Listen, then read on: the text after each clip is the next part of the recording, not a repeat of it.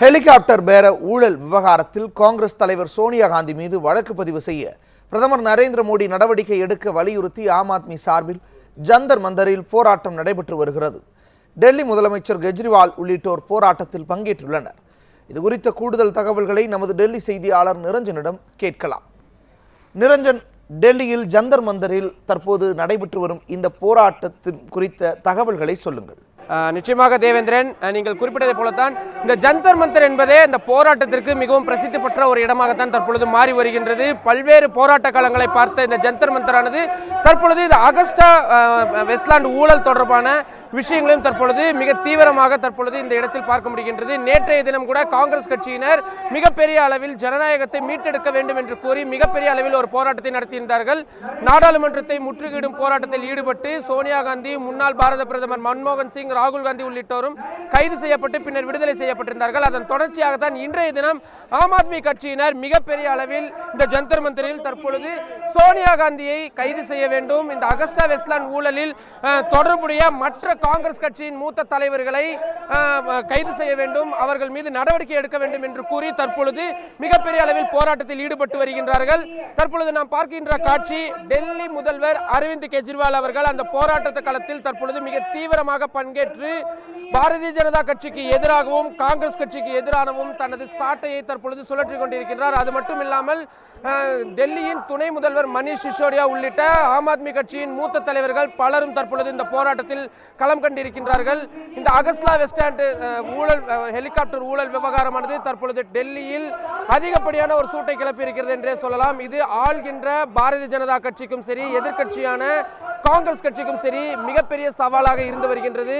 ஆம் ஆத்மி கட்சியும் தற்பொழுது இந்த போராட்டத்தை கையில் எடுப்பதன் காரணமாக இந்த ஊழல் சம்பந்தப்பட்ட விஷயமானது தற்பொழுது பூதாகரமாக வெடித்திருக்கிறது. தேவேந்திரன், நிரஞ்சன், இந்த போராட்டத்தில் எதிர்ப்பு ஆதரவு மனநிலைகள் குறித்து சொல்லுங்கள். நிச்சயமாக, அதாவது நேற்றைய தினம் காங்கிரஸ் கட்சியினர் அந்த ஜனநாயகத்தை மீட்டெடுப்பதற்கான பேரணி தொடர்பான அந்த போராட்டத்தை நடத்திய பொழுது பாரதிய ஜனதா கட்சி மிகப்பெரிய அளவில் எதிர் போராட்டத்தை நடத்தியிருந்தார்கள். தற்பொழுது டெல்லியில் இந்த ஜந்தர் மந்தர் பகுதியை தவிர்த்து நிறைய இடங்களில், நிறைய மெட்ரோ நிலையங்களில் வாசலில், அரசு அலுவலகங்களின் முன்னிலையில் என பல்வேறு இடங்களில் தொடர்ந்து ஆம் ஆத்மி கட்சியின் தொண்டர்கள் மிக தீவிரமாக போராட்டத்தில் ஈடுபட்டு வருகின்றார்கள். அரசு அலுவலகங்களை முற்றுகையிடும் போராட்டத்திலும் அவர்கள் தற்பொழுது ஈடுபட்டு வருகின்ற காட்சியை நம்மால் பார்க்க முடிகின்றது. இதற்கு கூடுதல் பலமாக தற்பொழுது அரவிந்த் கெஜ்ரிவால் அவர்களும் இந்த போராட்டத்தில் களம் கண்டிருப்பது என்பது இந்த போராட்டத்தை அடுத்த தளத்திற்கு கொண்டு செல்வதாகத்தான் தற்பொழுது பார்க்கப்படுகின்றது.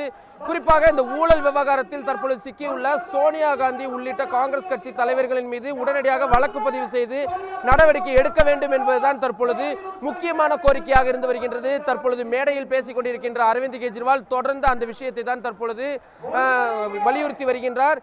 நிறைய இடங்களில் காவல்துறையினருக்கும் ஆம் ஆத்மி கட்சி தொண்டர்களுக்கும் இடையே தள்ளுமுள்ளு, தடியடி உள்ளிட்ட பல்வேறு விஷயங்கள் நிகழ்ந்து வருவதை நம்மால் பார்க்க முடிகின்றது.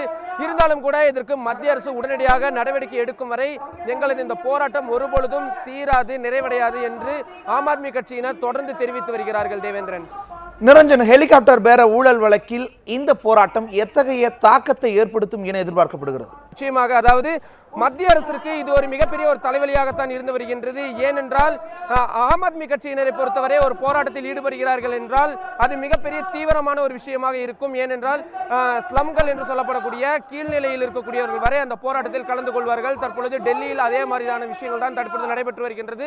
அது மட்டும் இல்லாமல் தற்பொழுது பட்ஜெட் கூட்டத்தொடரானது நடைபெற்று வருகின்ற இந்த சூழ்நிலையில் நாடாளுமன்றத்திற்கு உள்ளேயும் சரி, வெளியேயும் சரி தொடர்ந்து இந்த போராட்ட களமானது சூடுபிடித்து வருவதன் காரணமாக உடனடியாக மத்திய அரசு இந்த விவகாரத்தில் ஏதேனும் ஒரு விஷயத்தை செய்தே தீர வேண்டிய ஒரு கட்டாயத்திற்கு தற்பொழுது தள்ளப்பட்டிருக்கின்றார்கள். அதன் அடிப்படையில் இது தொடர்பான வழக்கும் தற்பொழுது உச்சநீதிமன்றத்தில் நிலுவையில் இருந்து வருகின்றது. எம்எல் சர்மா என்பவர் தொடுத்திருந்த அந்த வழக்கில் மத்திய அரசு மற்றும் சிபிஐ பதிலளிக்க வேண்டும் என்று உச்சநீதிமன்றம் உத்தரவிட்டிருக்கின்றார்கள். அந்த பதிலில் அவர்கள் என்ன மாதிரியான விஷயத்தை குறிப்பிடுகிறார்கள், அந்த இத்தாலி நீதிமன்றம் வழங்கிய அந்த தீர்ப்பில் குறிப்பிடப்பட்டுள்ள காங்கிரஸ் கட்சி தலைவர்களின் மீதான நடவடிக்கைகள் எடுக்கப்படுமா, எஃப்ஐஆர்கள் பதிவு செய்யப்படுமா, வழக்குகள் தொடுக்கப்பட்டு அவர்கள் அவர்களுக்கு என்ன மாதிரியான விஷயங்கள் இருக்கும் என்பது பொறுத்திருந்துதான் பார்க்க வேண்டும்.